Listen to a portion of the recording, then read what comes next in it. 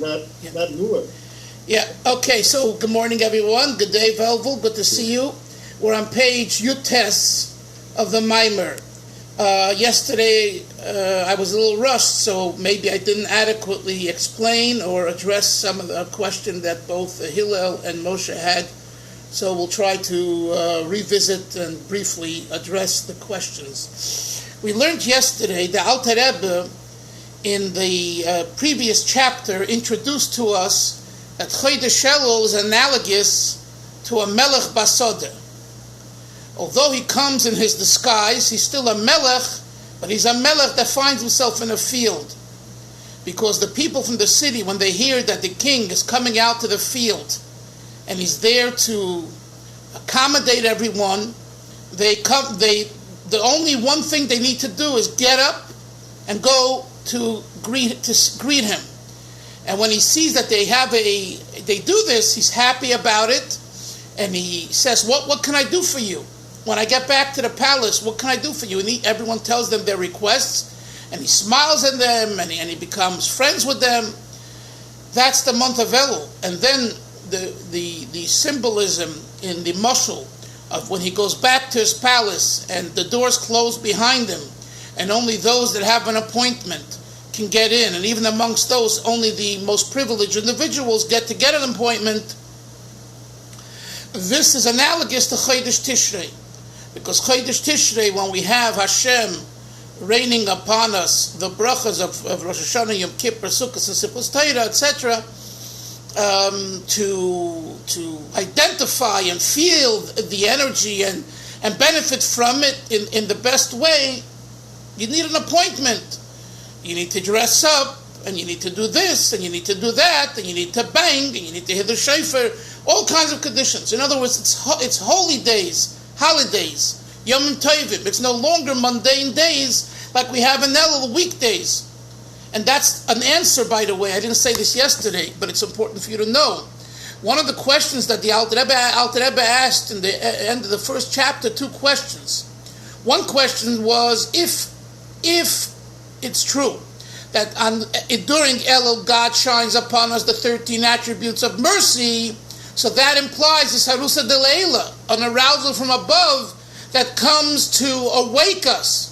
So why do we say that Elul is harusa de latata, the awakening from below? That was one question, and the second question is, if indeed there are the 13 attributes of mercy, if so, they should be Yom Tovim, just like Yom Kippur, when we have the Yud Gimel Midas Harachamim, and it's a Yom Tov. It's a fast day, it's a Yom Tov. And the answer to both questions is one and the same. That the energy of the Yud Gimel Midas Harachamim during Elul is not the same as it is on Yom Kippur. It's only an assistant. It's only preparing the playing field, the groundwork. But the work itself, we have to do. And that answers the first question. That Elul is the avodah of man to work to Hashem, to make a cheshbon, to do tshuva. That is the month of Elul. In order to have the ability to do that, we need help. That's the Yud Gimel Midas Harachamim. Hashem says, I'm planting in the world during the month of Elul an energy of elikus, of godliness, that will make it possible for you, for us, that when we are to work, we're going to succeed and do our work properly. In other words, simple mashal. Moshe is an artist. Hillel is a therapist. Velvel is a doctor. If each of you are experts in your field, and you are, and you decide to take your expertise and use it, Velvel for law, Hillel for sports, and Moshe for commerce as far as selling clothing, you'll fail. Because the playing field of your expertise is not those businesses. I thought you were going to say we'd make more money. You might make,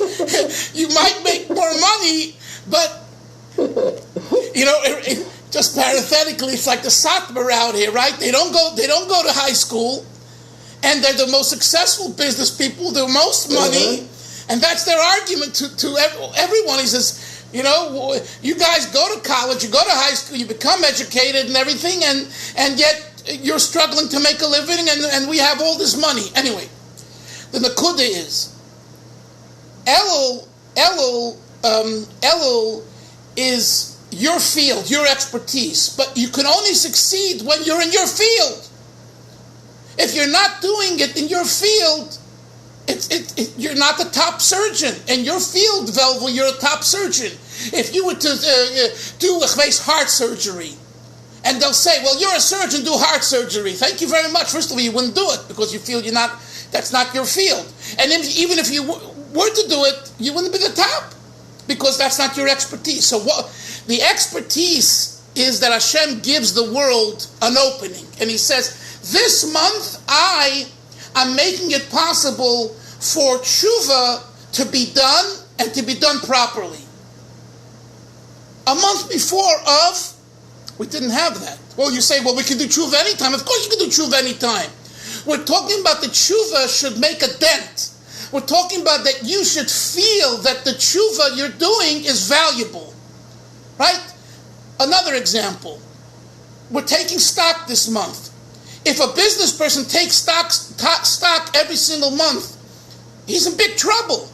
The Rebbe told, there's a story, and this person already, I think, passed on, David Mintz of Tofudi. You've heard of in America, maybe it came to Eretz Yisrael, Tofudi. David lived in Tenafly, New Jersey, and he was a big supporter of Chabad. He's a Torah V'das boy, by the way. He grew up in Williamsburg. So he told me that when he took his company public, he was, looking 10 times a day at the value of the stock, right? He had Yechidus with the Rebbe. I think this is online, so you can follow up and see it. Put David Mintz under Gem, and you'll see the video in his own words. But I interviewed him, so he told me this. So the Rebbe said to him, stop looking at the stock. You work and look at making your product better. Put all your effort and resources and energy into making a better product. You will do that, your stock will go up. And he told me he listened to the Rebbe, and his stock indeed flew up, and he made a tremendous amount of money because he's changed his mindset from the investment value every day and all that to not looking at it, not being concerned about it, and just making a better product. The same is true with Chodesh Elul and the Yud Gimel Sarachamim. If we do a tshuva, and we need to do tshuva every month of the year and every day of our life, but the playing field, well, it's an expression in English, the playing field, the arena, the atmosphere is not conducive for the special tshuva of Chodesh Elul. And I think I assume you'll agree that, this month when we do tshuva and when we take stock and we make a cheshbon, it just resonates more. I know that's the way it's by me. It resonates more. Like I wake up thinking, I should be learning this and this sefer that talks about, tshuva issues, and I haven't gotten to it. That mindset is during Chodesh Elul. I don't think that way in Av and in Cheshvan and in Kislev. In Kislev, I'm thinking about Chanukah and Yutes Kislev. In this, I'm thinking about Pesach and leaving boundaries. This month, I'm thinking about, hey, I have to look at myself and look at those things that were not so nice and how I'm going to correct them. So the tshuva is very conducive this month. And why is that? Because Hashem planted the Yud Gimel Midas HaRachamim as an aid to our avodah, and the express. So therefore, the consciousness of man, of the Jew, during this month, is more in touch with that reality. I want to make sure what I said now is clear, and if not, ask me, because it's very, very important. Very important. Otherwise, you're not following what it says in the Maimer. It's not just more verbiage. The Alter Rebbe had nothing to do, so he painted a little bit on a page. There's a specific system that he's sharing with us over here. And if you follow the system, you're going to benefit. Yes, Moshe. He's saying maybe no. Not really telling us that the Yud Gimel Minus Arachim are conducive for tshuva. That's right. And specifically, and how it's connected specifically in this month. Yeah, and just when you think about those things, try to bring a mushal to your mind that you could relate to. A mushal.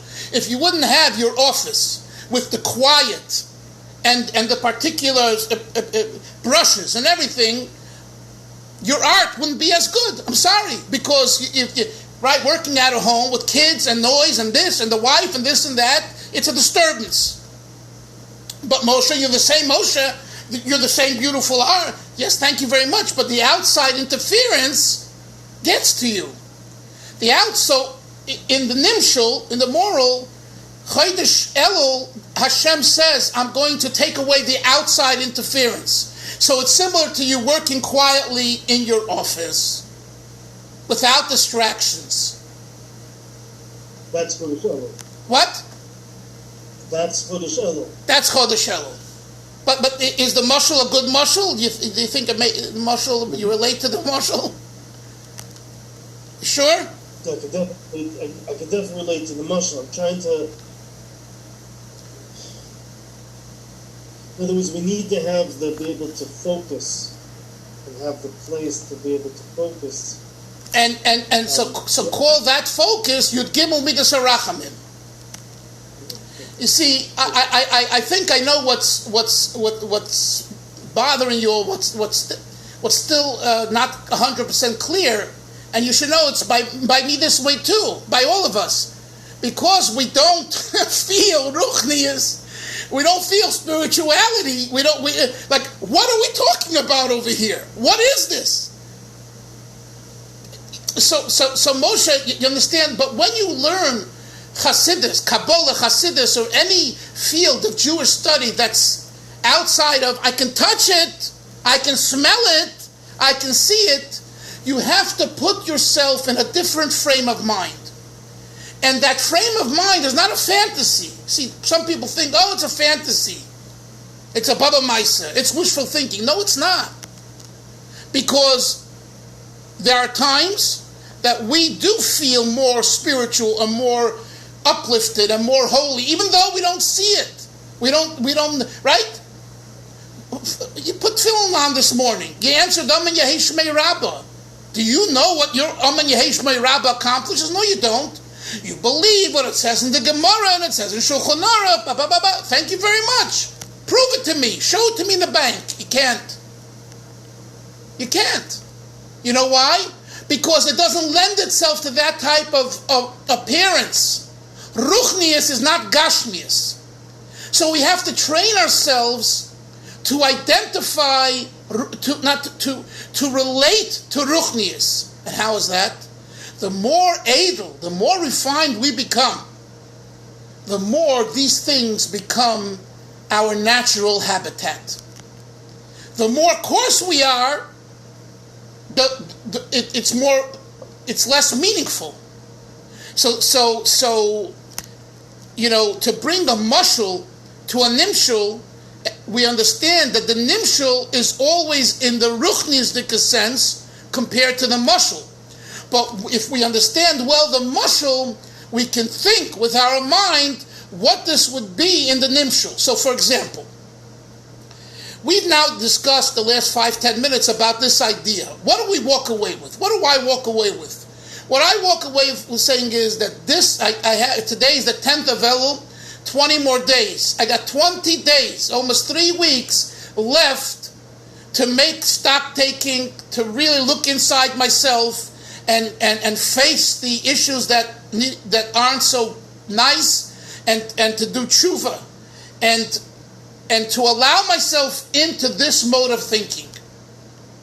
And I know that Hashem, who loves me and loves us, and He gives mercy to the world through the 13 attributes of mercy, is going to be merciful.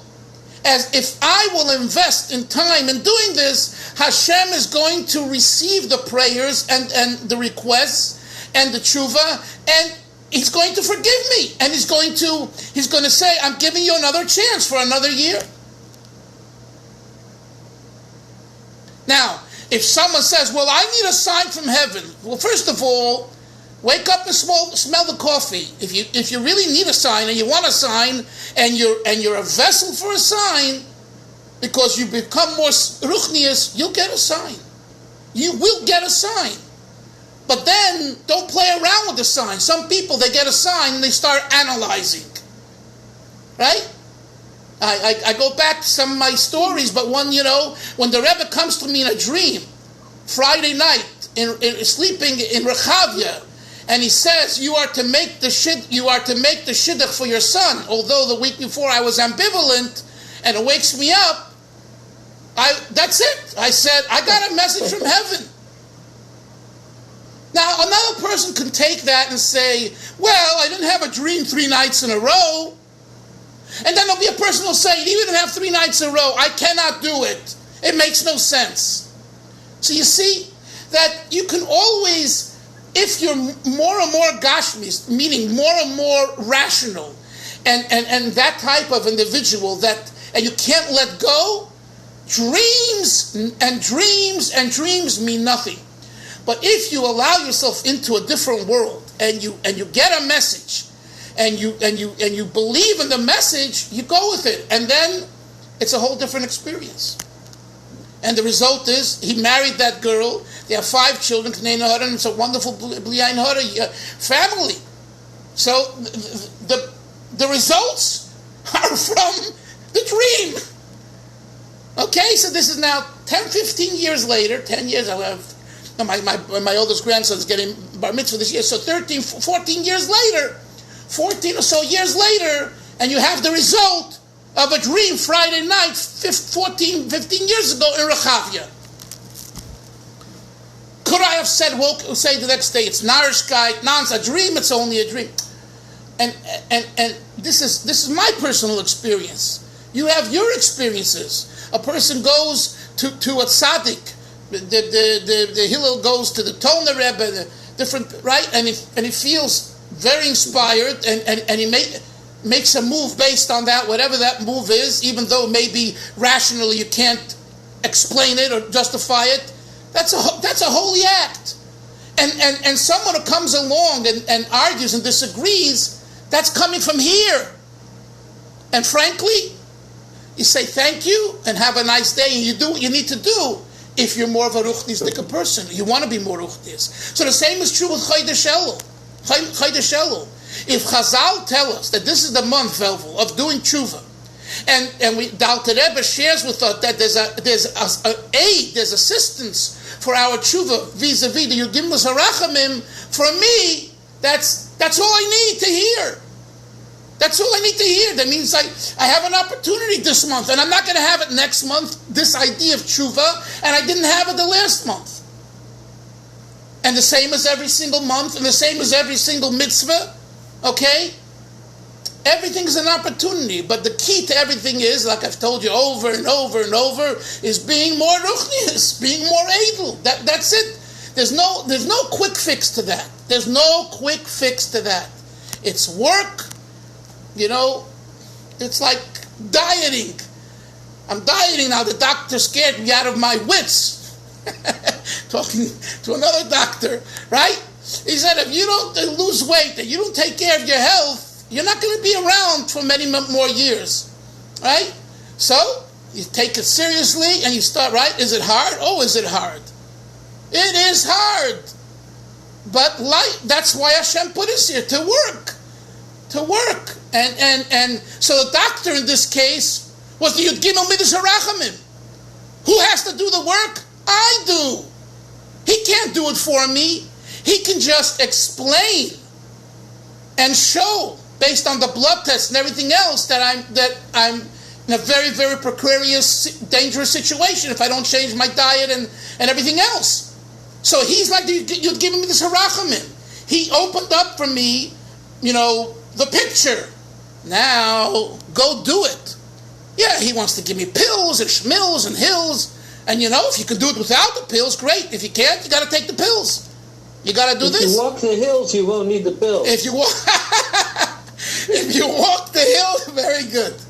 But you understand, Velvel, this is a good mashal, another good mashal. The doctor can only give you eitzah. The doctor can't do it for you, right? We think that the doctor is the panacea. V'rape yerape, Hashem gives a doctor the koyach to heal. If Hashem wouldn't give that koyach to the doctor, he can learn at Harvard and at Oxford and whatever medical center, John Hopkins, nada. He won't accomplish anything. V'rape yerape.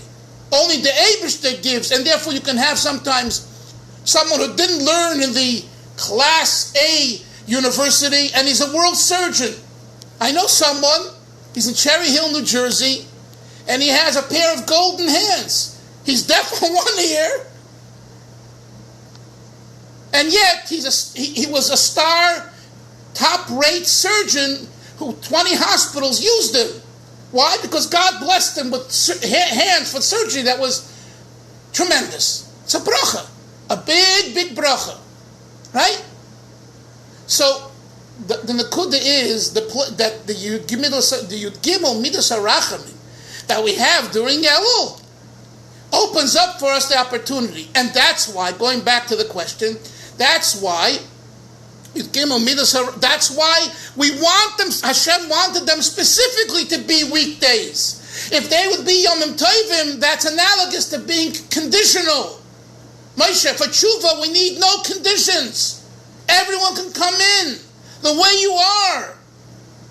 Don't give me conditions. Tishrei, you'll begin with conditions. How large is the shofar? How small is the shofar? The right side, the left side. Yom Kippur, fasting and this, and can you and can't you? And with the lulav and esrig, is it kosher or not? Is the sukkah the right dimensions? And on and on. Elul, no conditions. Just work and make a decision you want to change. So that's why they're not holidays.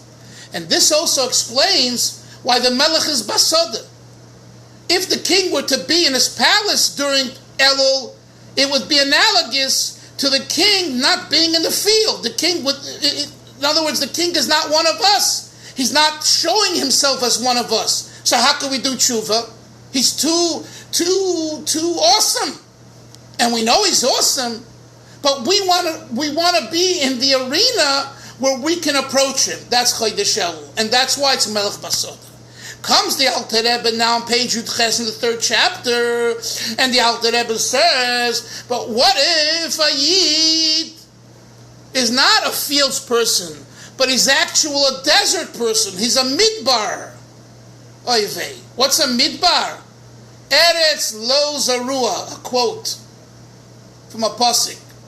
An inhabited land that does not tolerate plantation, vegetation, and growth. The spiritual idea means that the person has done things against God that makes it antithetical to growth, to spiritual growth, which means Averos, the transgressions in thought, speech, and action. Says the Alter Rebbe, but it's not only that. A midbar is also a place where lo yoshav odom sham. In other words, we have two details to a desert. One is there's no growth, there's no vegetation. Another detail is man doesn't inhabit a desert. A nomad lives in a desert. A normal person doesn't. What's the symbolism and idea there? Says the Alter Rebbe,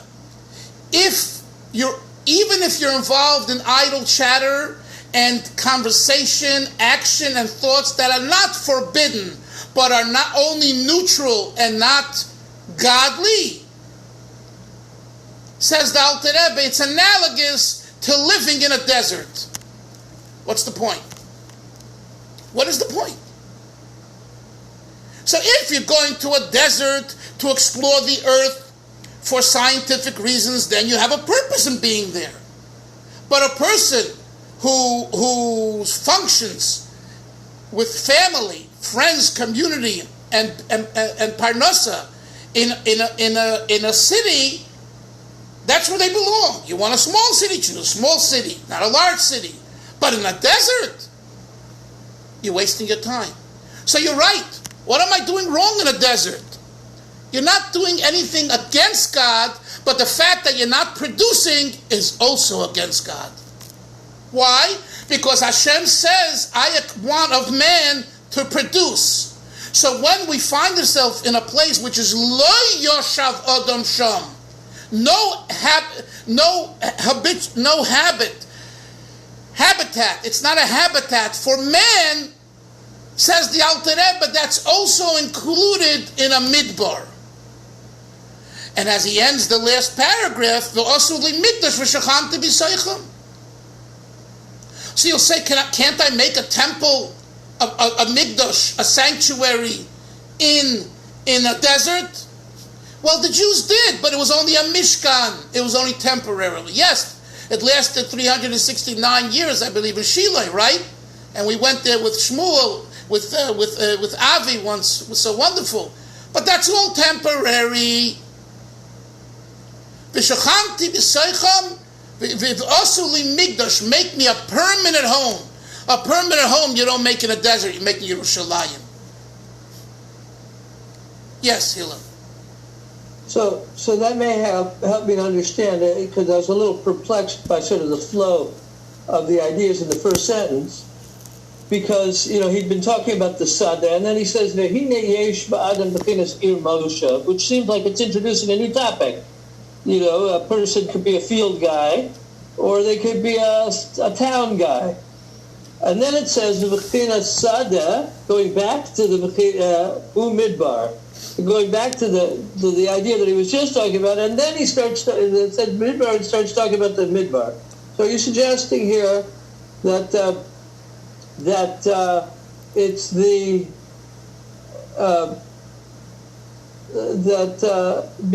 because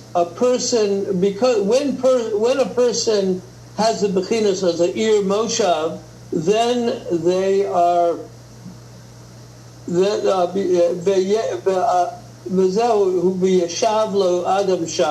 he dwells there. That you mix lo yoshav adam sham is a reference to midbar. Man does not dwell. Man does not sit there. Right. That I understand, but I thought, but in the last sentence when he says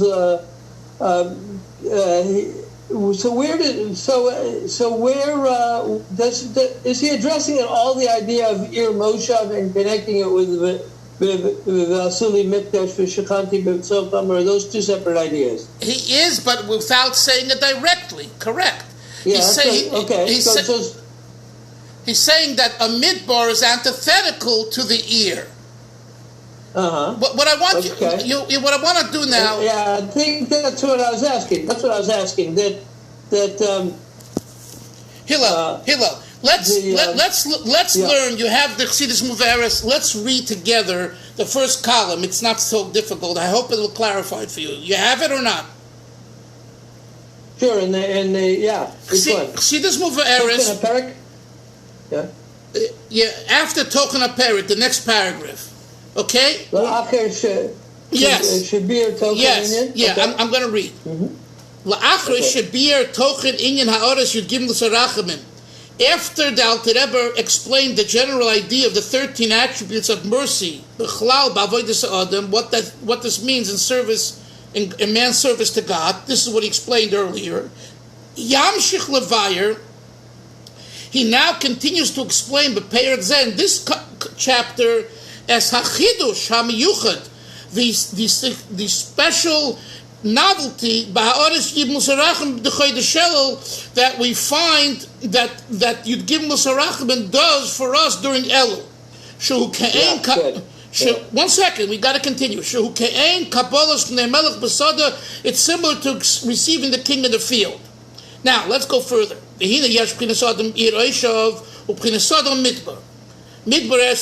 going to go into the commentary. Now look at the commentary. The parable of a king being in a city or a king being in a sada, in a field, Moire al shnei matzavim ba'avodas ha'adam l'koimoi denotes two different circumstances of man's service to God. Ir, a city who mokem moishav v'diras b'nei adam, it's an inhabited place where people dwell. Uvenimshul, and in the immoral. Hainu k'sha'adam uvematzav sha'oira l'ki. This refers to a person who is, in regard to the godly light, skip the parentheses, Sheichein boy begilui v'syashvus. The godly light dwells upon the person in a revealed way and in a settled way.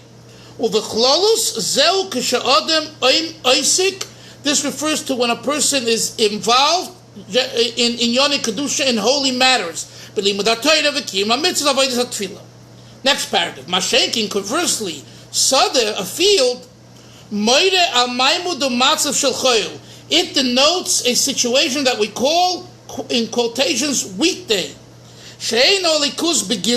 Or sand in the case of a desert. Right. But again, it's a sada. We're not talking about a desert. We're talking about a field. Oh, okay. Okay, we're talking about a field. Right.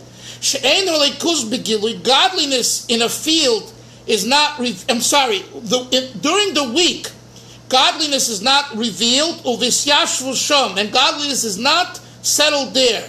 More specifically, if man who finds himself in the field is worse than a fields person, he's a desert person. Now let me say, I didn't say this earlier. We're talking about a person, Velvel, who's in the field. The question is he a fields? Is his mind's eye field or his mind's eye desert? He's in the field. The field represents, that he wants to do tshuva, but he hasn't yet made the effort, right? He's open to change.